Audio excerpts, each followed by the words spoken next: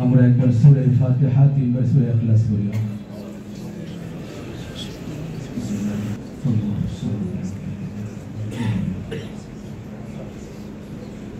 سيد الأنبياء والمرسلين وعلى آله رب ارحمهما كما ربيانا فإنك خير الراحمين رب العالمين أي الله আপনার প্রতি আমরা ঈমান এনেছি আগামী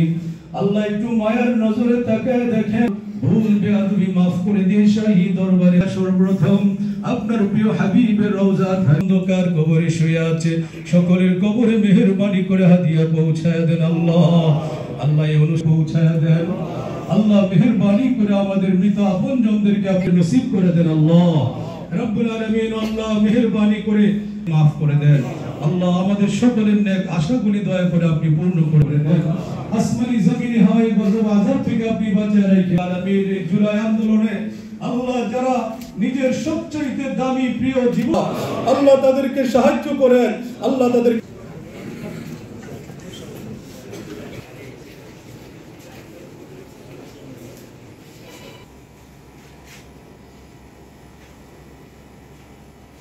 উপস্থিতির মূল লক্ষ্য এবং উদ্দেশ্য আমি অনুষ্ঠানের মার্কিন লেখক